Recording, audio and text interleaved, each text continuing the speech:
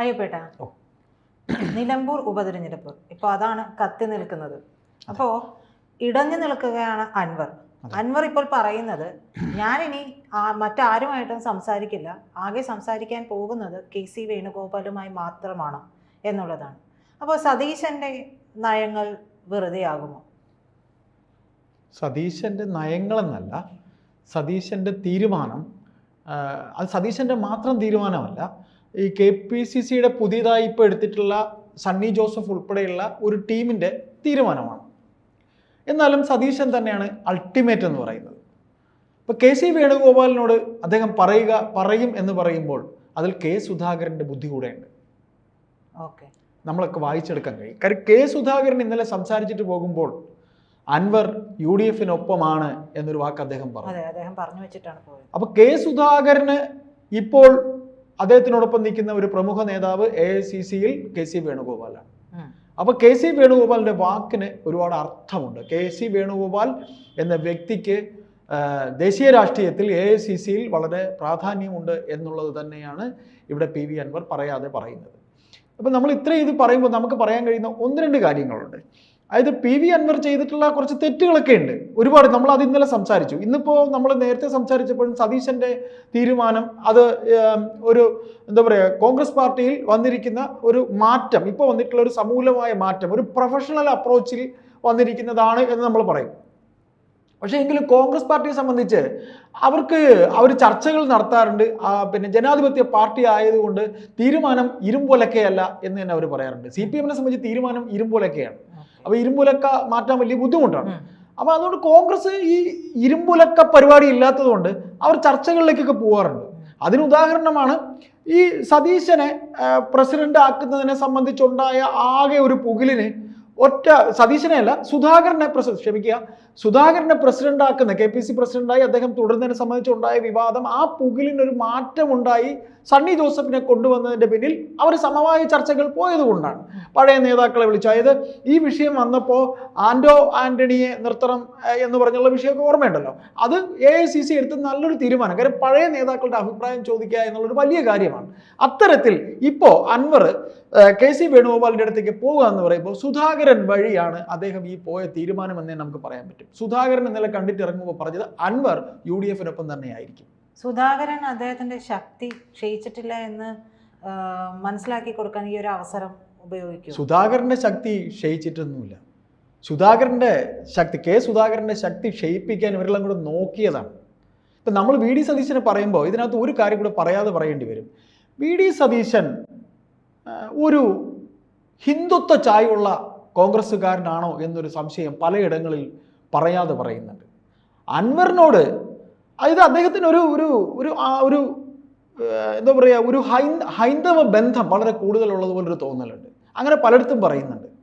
അദ്ദേഹം ഒരു തനി കോൺഗ്രസ്സുകാരൻ്റെ സ്വഭാവമുള്ള ഒരാളല്ല എന്ന വിമർശനവുമുണ്ട്.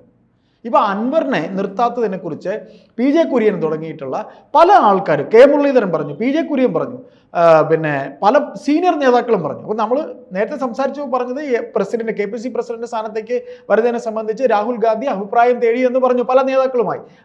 അതുപോലെ തന്നെ സെയിം തന്നെയാണ് ഈ പഴയ നേതാക്കൾ പറഞ്ഞത്. ഇതൊരു ഇലക്ഷനാണ്, പിണറായിയെയാണ് തോൽപ്പിക്കേണ്ടത്, അല്ലാതെ അൻവറിനെ അല്ല തോൽപ്പിക്കേണ്ടത് കോൺഗ്രസ്. പിണറായിയെ തോൽപ്പിക്കേണ്ട അൻവർ അതിന് കൂടെ നിർത്തി. നമ്മൾ ഇലക്ഷൻ ആവുമ്പോൾ ഒരു കച്ചിത്തുരുമ്പിൻ്റെ വോട്ട് വരെ നമുക്ക് വേണം. ഒരു ഇലക്ഷൻ ആവുമ്പോൾ അതാണ് വേണ്ടത്. ഏത് ഈർക്കൽ പാർട്ടിയുടെ വോട്ടും വേണം. വോട്ടിന് വലിയ വിലയുണ്ട്. അൻവർ അവിടെയുള്ള ഒരു 1000 വോട്ട് പോലും അൻവറിന് കിട്ടില്ലെന്ന്, അതൊക്കെ വെറുതെ ശുദ്ധ മണ്ടത്തരമാണ്. അൻവറിനെ ഇറക്കിയ ഒരു ക്രൗഡ് പുള്ളിങ് ആവുക. അൻവർ ഒരു പ്രസംഗം പിണറായിക്ക് 10 ചീത്ത പറഞ്ഞാൽ അവിടെ നിന്ന് അതുവരെ തെറ്റി നിന്നവരെ മനസ്സ് മാറില്ലെന്ന് ആര് കണ്ട്? ക്രൗഡ് പുള്ളർ ആയിരിക്കാം, പക്ഷെ വോട്ട് അത്രയും വീഴുമെന്ന് പ്രജിത, ക്രൗഡ് പുള്ളറാണ് ഇപ്പോൾ ആവശ്യം. വോട്ട് വീഴാനുള്ള പണി കോൺഗ്രസ് ചെയ്തോട്ടെ. ഇപ്പൊ ഭയങ്കര പൊന്നോമന പുത്രനല്ലേ ആര്യാടൻ ഷൗക്കത്ത് ഇറങ്ങി വോട്ട് പിടിക്കട്ടെ. പിന്നെ എന്താ പണി ഷൗക്കത്തിൻ്റെ? ഇപ്പോഴും കുറച്ച് 10 കാശ് ഇറക്കിയിട്ട് വോട്ട് പിടിക്കട്ടെ. വോട്ടിന് ആവശ്യം ഇതേപോലെ ഏത് പിന്നെ കളിമണ്ണിനെയും കൂടെ നിർത്തണം, ഏത് മരക്കോലിനെയും കൂടെ നിർത്തണമെന്നാണ് ഒരു തത്വം. അത് CPM-ന്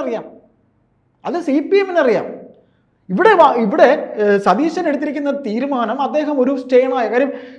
പിന്നെ ചേലക്കര, പാലക്കാട് ഒക്കെ ഇദ്ദേഹം എന്തൊക്കെയോ ചെയ്തു. ഇപ്പോൾ ഷിബു ബേബി ജോൺ ഉൾപ്പെടെയുള്ള ഘടകകക്ഷികളൊക്കെ പറഞ്ഞു ഇങ്ങനെ എന്തിനാ അൻവറിനെ എടുക്കണത്, അപ്പോൾ അവിടെ ഈ കഴിഞ്ഞ പരിപാടിയിൽ ഉപതെരഞ്ഞെടുപ്പിലൊക്കെ കാണിച്ചു കണ്ടില്ലേ എന്ന് ചോദിക്കുമ്പോൾ ഷിബു ബേബി ജോൺ ഒരു ഘടകകക്ഷിയാ, ഒരേ ഒരാളെ ഉള്ളൂ, കുണ്ടറ നിന്ന് തോറ്റുപോകും, അല്ലെങ്കിൽ വേറെ എവിടെയെങ്കിലും കൊല്ലത്തുനിന്ന് ഷിബു ബേബി ജോണിനെ തോപ്പിക്കാനൊക്കെ CPM വെള്ളം നന്നായിട്ട് പണിയെടുത്താൽ ഷിബു ബേബി ജോണൊന്നും ജയിക്കാൻ പോകണില്ല വീണ്ടും. അതുകൂടെ കോൺഗ്രസ് മനസ്സിലാക്കുക. ഒരു ഷിബു ബേബി ജോണോ അല്ലെങ്കിൽ ബാക്കി ഘടകകക്ഷികളോ എന്ത് പറഞ്ഞുകൊണ്ട് എടുക്കുന്നു എന്ന് ചോദിക്കുന്നതിൽ ഒരർത്ഥവുമില്ല. ഇപ്പോൾ ഈ അവസരത്തിൽ ഇപ്പൊ അദ്ദേഹം പറയുന്ന കാര്യങ്ങൾ എന്നറിയോ, എന്നെ ചവിട്ടി താത്തി എന്റെ മുഖത്ത് ചവിട്ടുന്നതിന് തുല്യമാണെന്ന് ഹസ്താക്ഷേപം നടത്തി.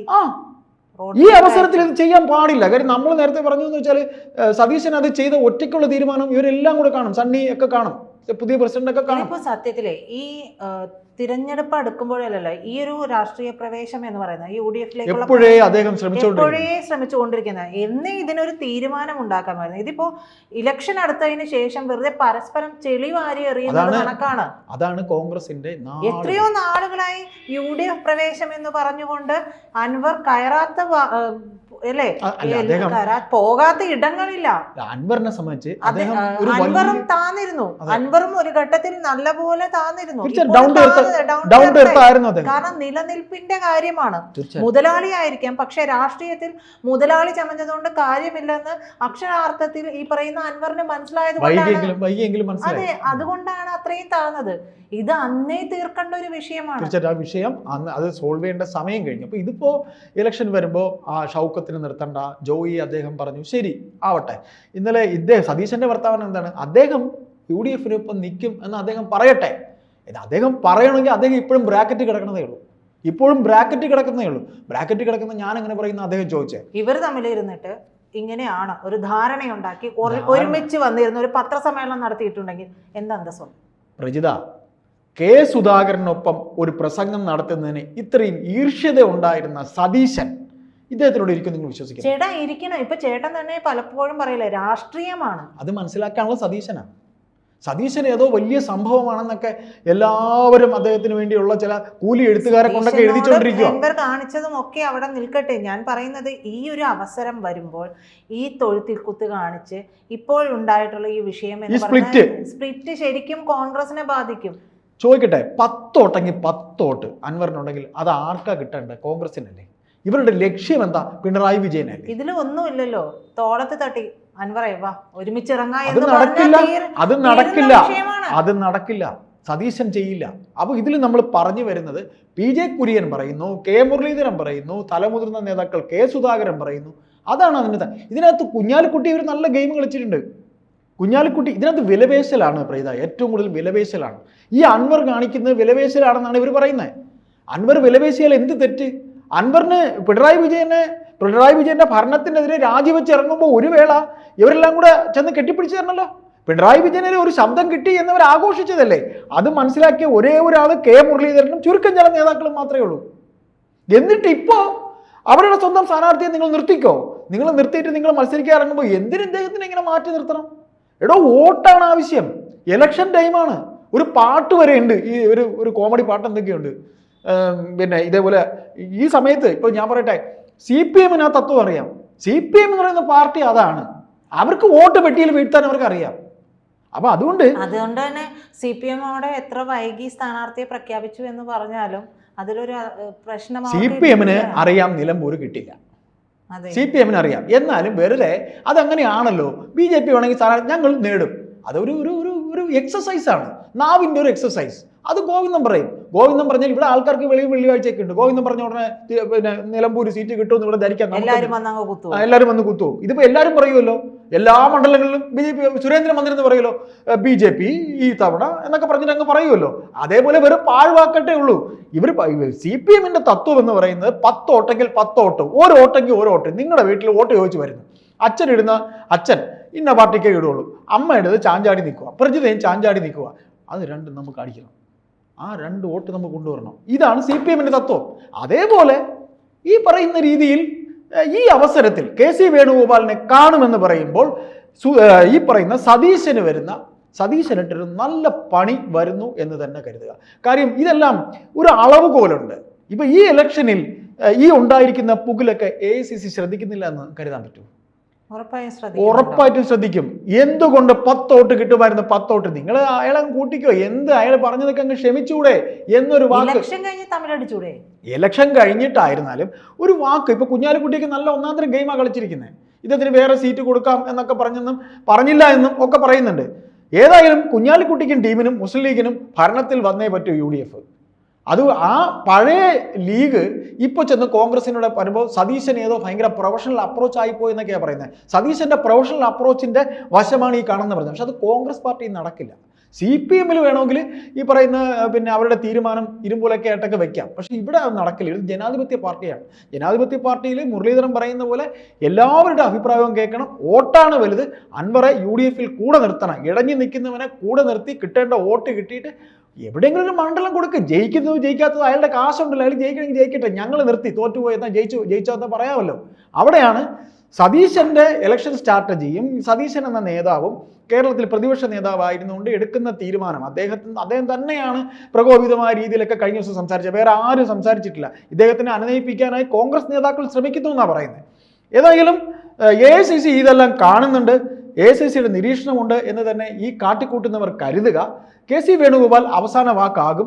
അൻവർ UDF-ലേക്ക് തന്നെ വരും. അൻവറിന് അർഹമായ സ്ഥാനം സുധാകരന്റെ പിന്തുണയോടുകൂടി KC കൊടുക്കും എന്ന് തന്നെ. സതീശന് ഇത് ഒരു നല്ല പണിയായി ഭാവിയിൽ തീരും. ജയിച്ചാലും വോട്ട് കുറഞ്ഞാലും, ജയിക്കുന്നത് ആയിക്കോട്ടെ, പക്ഷെ വോട്ട് കുറഞ്ഞാലും സതീശന് ഇതൊരു പണിയാകാനുള്ള സാധ്യതയുണ്ട് എന്ന് തന്നെ നമ്മളൊരു കുറച്ച് രാഷ്ട്രീയ വിദ്യാർത്ഥികൾ എന്ന രീതിയിൽ നമുക്ക് അങ്ങനെ അനുമാനിക്കാം. അത് തന്നെയാണ് ഇതിൽ സത്യം.